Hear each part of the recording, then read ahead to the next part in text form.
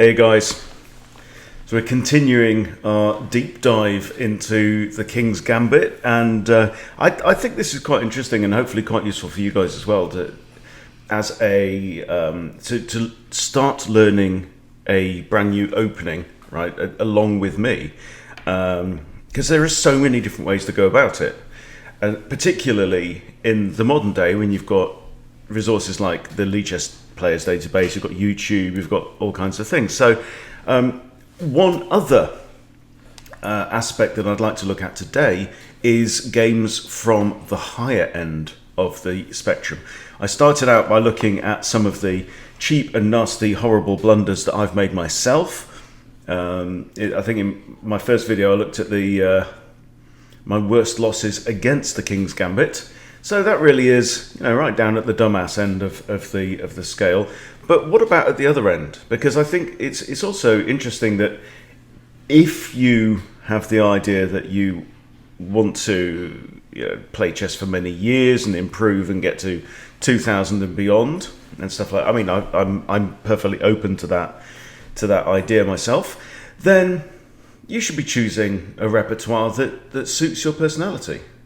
Now, the way that games are played at the 1000 level or the 1500 level are very different to maybe the way that they're played, or could be very different to the way they're played at 2000 and above. So what I thought I would do today is start to check out quick wins for white, but from the Masters database. So I went onto chess.com Explorer, left it as Masters, white, and played the Bishop's Gambit on the board, and then you can click see all games from this position, and I went through the Masters database. I pulled up the first 10 pages, and I've picked out the first 5 that I'd like to go over in this video today, and they're all interesting. But the point of this is, well, there's a few things, right? One is that we're trying to get a feeling for the opening, but particularly it's not actually the opening as such, it's what kind of middle games do we find ourselves in from this opening. That's the whole point. People obsess far too much about opening and opening moves, right? But the point of an opening is that you should get into the middle game, ideally unscathed, particularly if you're black. You want to get as close to equality as you can, or a slight edge, which black does actually technically have in this opening in many lines. But yeah, you want to get a sense of, is this the kind of chess terrain that I would enjoy? So, and of course as well, you want to immerse yourself, you want to start to absorb some of the general ideas. What does white try to do as a King's Gambit player? What are the threats to look out for? What are the common themes that we will find later on down the line? So if I stick with this, if I commit to this opening, right, and we consummate the relationship and we are together for many years, what can I expect? Will it still be fun? Well, let's find out. So this first one, white's a 2300, black is a lowly 2000, 2048, and these are all played in proper tournaments. So I don't know what this one was, but this is from 2016. The King's Gambit accepted, and this is going to be the starting point for all 5 games. All right, so we have Queen H4 check. I don't think this is the most common at the master level, but it is the most common below 2000 for sure. And King F1 is forced. I know this, I've started to study this, it's no surprise. Now, knight comes out. Obviously it's the only attacker on this pawn, so something must be done. So instead of defending the pawn, which white could have done with knight c3, white plays knight f3 with a counterattack upping the danger levels against black. Queen now retreats to h5. Now I believe from memory that Queen h6 is the more accurate, and we shall see what happens.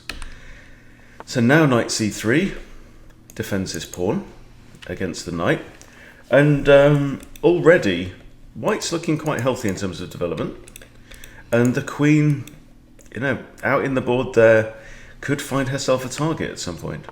So bishop comes out now, attacking the defender of the pawn. So what do you do? I mean, you've got d3, or even queen e1, queen e2 to add another defender to the pawn should the knight be captured. But here again, white is, you can see this sense of we are playing on the front foot, right? We are taking the game to black. We're not going to sit there and think, oh, I must defend. No, it's like, slap you right back, come on. Hits the knight, pushing the e5 pawn, hitting the knight. So now the pawn is no longer attacked by the knight, and this knight is no longer tied to c3 and defending the pawn. So knight comes around here now. Is there a threat? Knight can't go there. Can't go there because the king. Can't go there because that's defended twice. So I think we might be all right. Now again, white is playing forwards, pushing forwards. So with this move, we're hitting the bishop. We're also hitting c7 with the familiar fork. Bishop retreats now, solving both issues, because now the bishop is defending that square. And here we have knight f4, and what's more, because the queen is on the h5 square, this also hits the queen. This pawn is defended by the knight, so I'm starting to feel like this looks like a heap of fun. Queen now moves on to h6. Notice also that this dark squared bishop hasn't done anything in the game yet, but there are possibilities. So something like d4, should this knight move, there's going to be a discovery against the queen. d4 is played. And now there's a very real danger. Should this knight move, suddenly the queen is also under attack. So the queen moves, slides across to c7. c3 would be a very natural looking move here, but the problem is that we are looking at our bishop is under attack, so something must be done with the bishop. Forwards. Can you see the difference? Instead of just retreating the bishop, we develop the queen, get her off the back rank, maybe a step closer towards connecting the rooks, although our king's already moved. But this is the idea of the King's Gambit. We're breaking a lot of principles by moving our king and stuff, but what we are getting is all this activity. Look at the center. Look at the control over the center that white now has, and black's pieces kind of somehow feel like they're scattered around, plus that king is still in the center. Okay, he castles out of trouble. And now c3, constructing this very solid pawn wall.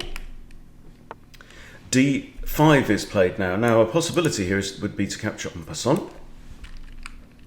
but we don't do that. White instead presses forwards. It's almost like white hasn't moved a single piece backwards in this game so far, you know? So this is a nice move, still defended by the queen, hits black's queen yet again, and also, importantly, is now gunning down on the e8 square. e8, very common place for this rook to want to move to. And of course the queen can't retreat down this diagonal, so what's she going to do? And she can't go here, and she can't go here, and she can't go here, and she can't go there, or there, or there, or there. Oh my lord, right? There's only two squares. Where's she going to go? All the way back here. And now, what do you see tactically? It's just gorgeous setup, really. Knight takes pawn on d5 for free because it comes with an attack on the queen, and she's going to have to get out of trouble. So she goes back to h5 yet again. And she's already been on that square, and she was hit by the knight on that square before. And the knight just comes back. Hits her again. Smack my queen up. It really is. And white is just looking really, really good here. White is actually up a pawn. Having gambited a pawn at the start, white is up a pawn, and actually black, that's the end of the game. Black resigns, I guess, from this point. So, really nice one. Okay, let's have a look at another. e4, e5, f4 takes bishop c4. The King's Gambit accepted. Bishop's Gambit. Queen out. We know the next move. It's king f1. Obvs. And now d6. d6 is very common. Opens up the line for this light squared bishop.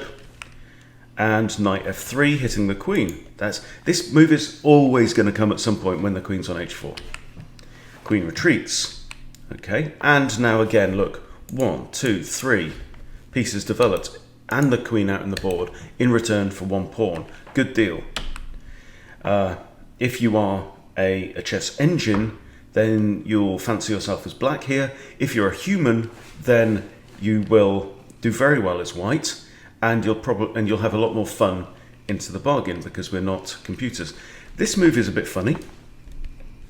I guess you might be thinking about preparing d5, but it takes away the knight's natural developing square. Doesn't really do anything to help his development in any other way.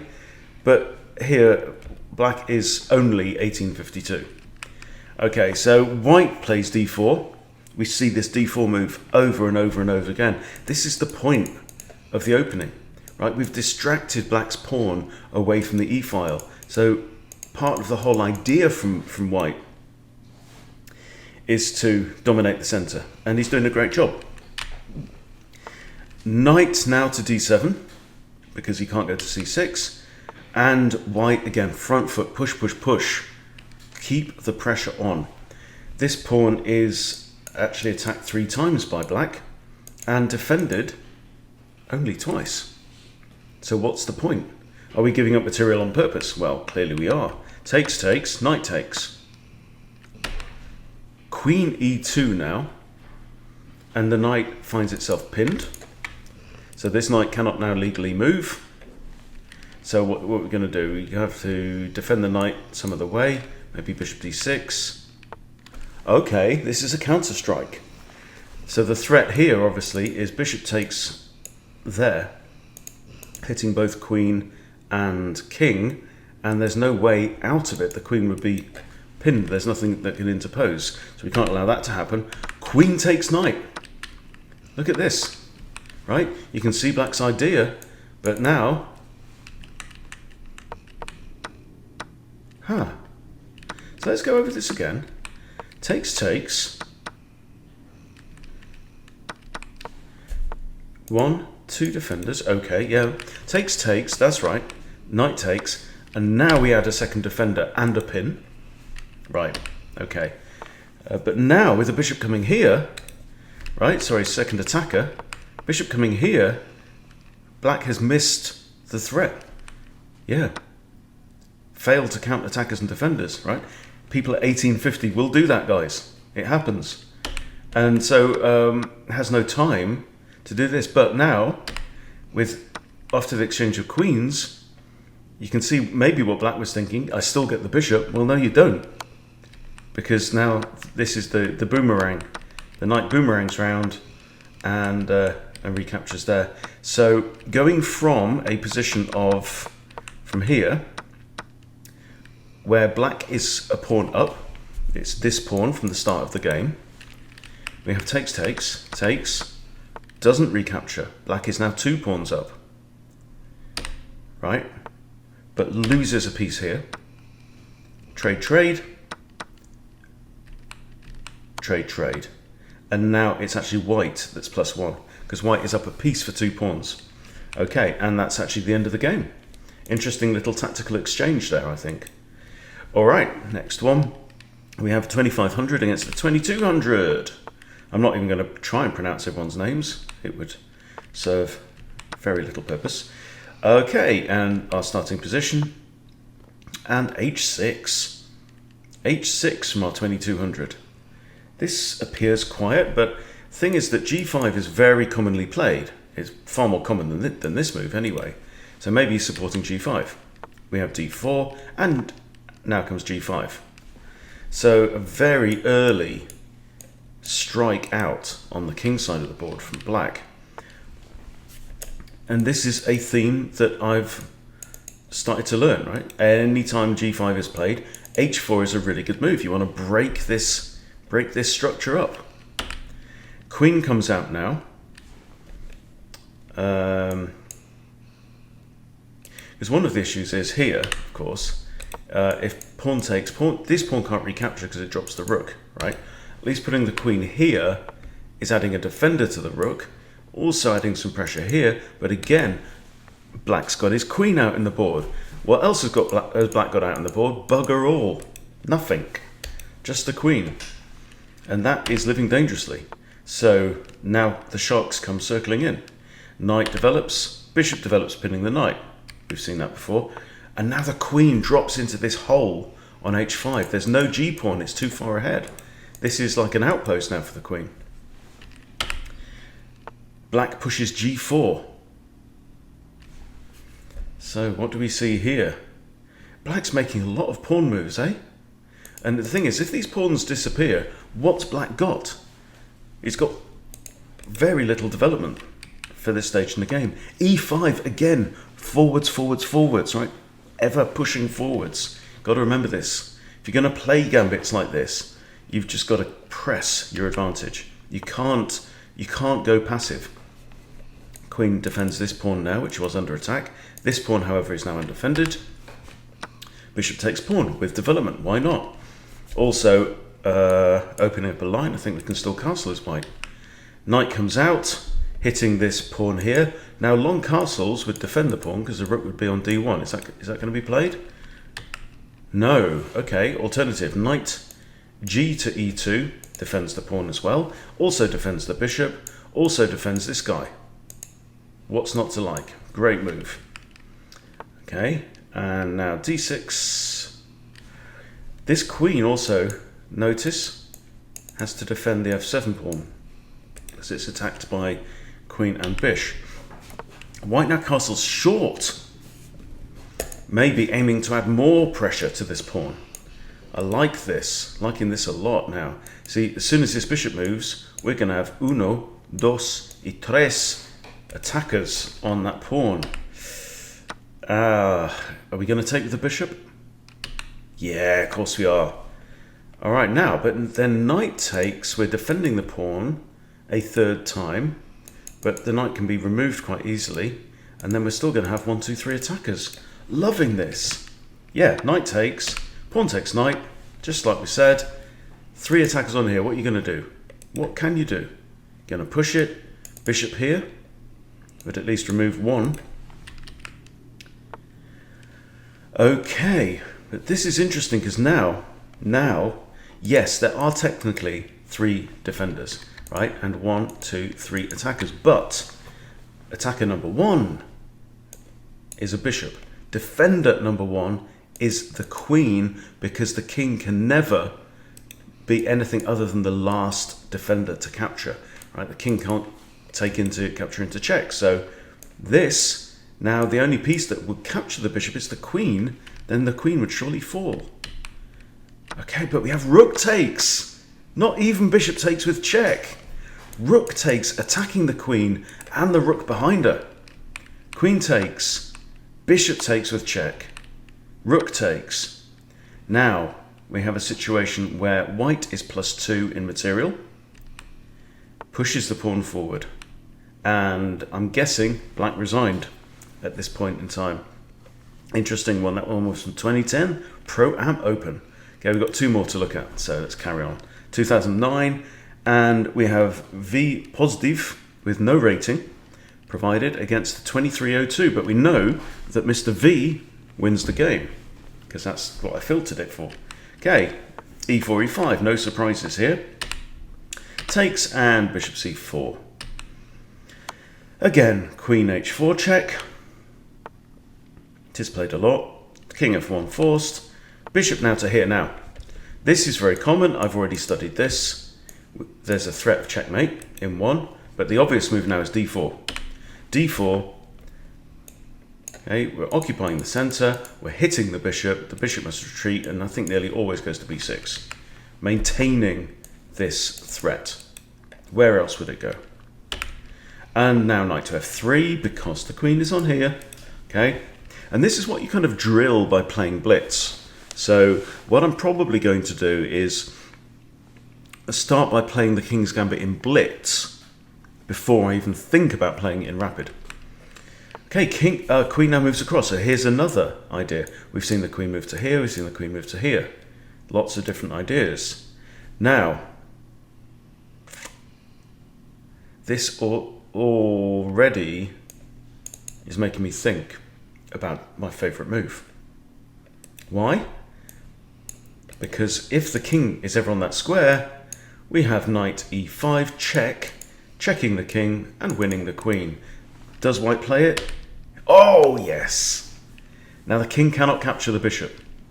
A 2300 knows this. King can't capture. So we just want a pawn for free. And we've made the king move. Right, so this again, anytime you've got a knight pinned on your queen and you've got your bishop out in the Italian position looking at Freddie, right? Now normally, much more commonly, it's the bishop here pinning the knight. And you've got this idea, takes, if king recaptures, you move the knight with check. Okay. Now you have to be careful that the square you move the knight to isn't covered, so the knight can't just be captured. But here, bang, bang, bang, bang, bang, it's the queen. Beautiful.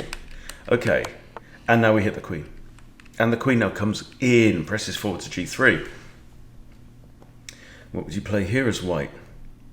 This is a very nice situation. And can you see how kind of cocksure white is by saying, I'm just going to stick my king on f1. I don't need to castle. Right? This is a tactics game. I'm going to beat you with tactics, not safety. I'm not going to hunker down. Okay, bishop d2. Knight develops now. Bishop comes back round. Ah, that's the point. Hits the queen. Queen now can't go there, there, there, or there, or there, or there, or there. Is the queen trapped? Is the queen trapped? She certainly is. Bang! Wow! Check it out. I thought this looked like a weird move, but well spotted by Mr. Positive. Very positive. And what a beautiful queen trap. Wow, wow, wow. And resigns. So, I hope you're getting the same kind of feelings that I'm getting. These urges. I'm liking what I'm seeing. Right? Oh!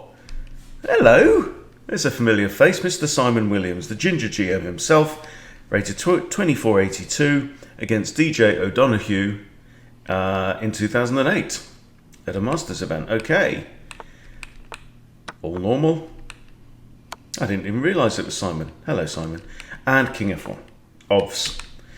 And D6, we've seen this before. And Knight C3, and now Bishop comes out hitting the Queen.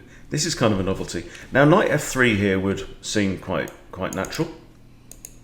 Hit the Queen right back. Knight F3, obviously, yeah. Queen retreats now with two attackers on here, but it is defended also twice, so that's okay. Simon, we know, is an aggressive front foot player. Are we going to see D4? No. No, indeed. Again, this move. Now, the King's Gambit is very similar to the Vienna Gambit in lots of ways. And I know this move, I mean, it seems like, knight to d5 has been played 1 trillion times, and it probably has, or maybe 500 million times, I don't know. Very, very common move, but it's good to think about, right? You're attacking the c7 pawn, but here you're also attacking this. And we know this.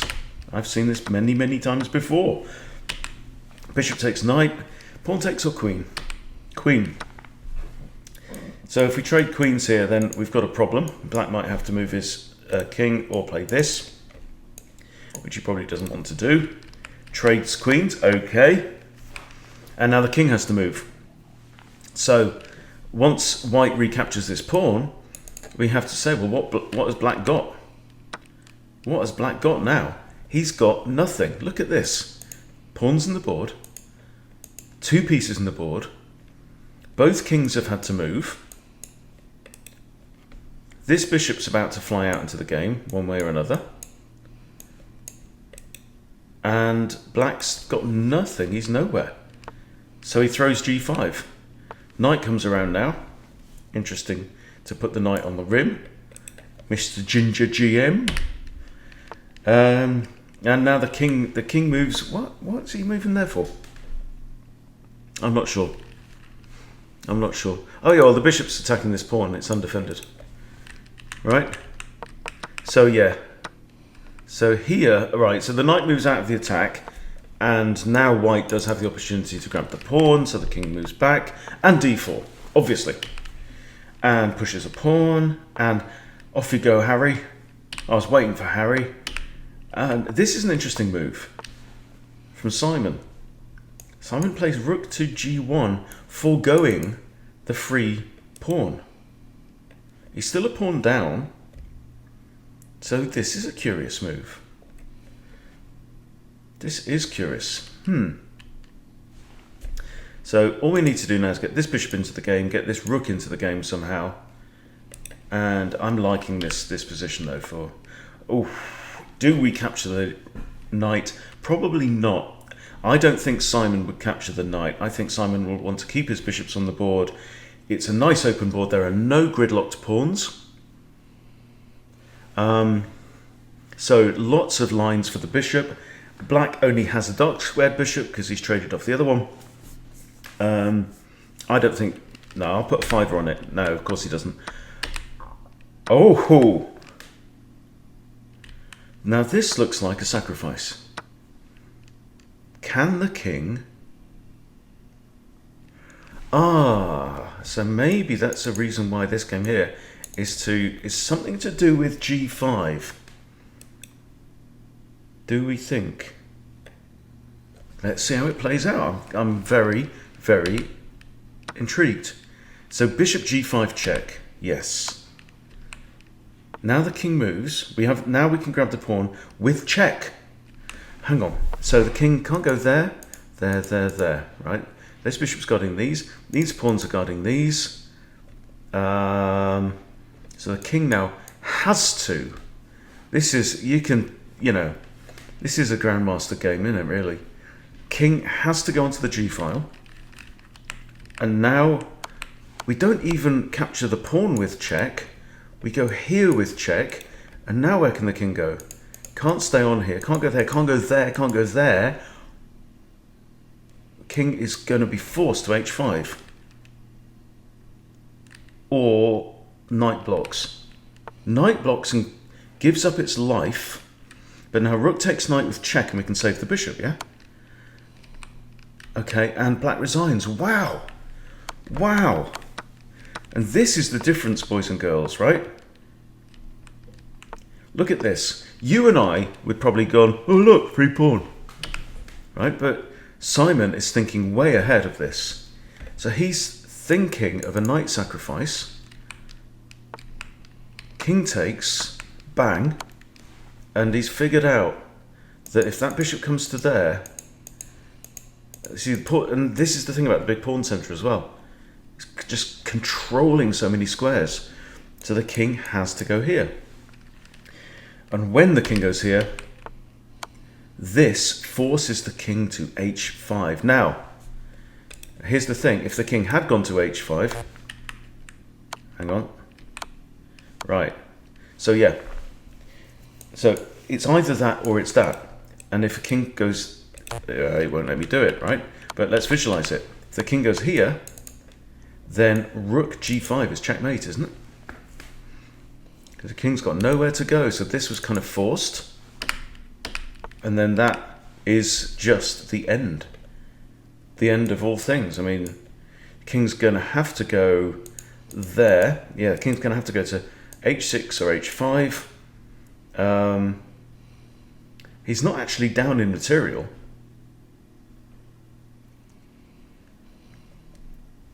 But h5, and we have a check. He has to go to h6 anyway.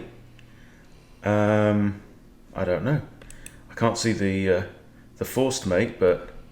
Oh, we've even got this, actually. Wherever the king goes, got rook takes here, and it's all going to end in tears. Anyway, a fascinating game. And the sun's come out. We've had snow here today. But yeah, look, so... Do you get the nice gooey tactical feelings that I'm getting from this? Because I think these 5 games have been sexy as hell. And they're just 5 that I pulled out. So, do I want to play this kind of chess? Hell yeah. Hell yeah. That's it. So, Vienna players, if you want to branch out to the King's Gambit, follow me. Let's go on a journey. I'm going on an adventure. Great stuff. Yeah, so very, very happy. Very, very positive. All good, and I will probably continue with this series of looking at the high end. How does the King's Gambit play out at the high end? Yeah, very, very interested. So hope you've enjoyed that. Thanks for watching. Please subscribe if you haven't subscribed, and I'll see you soon.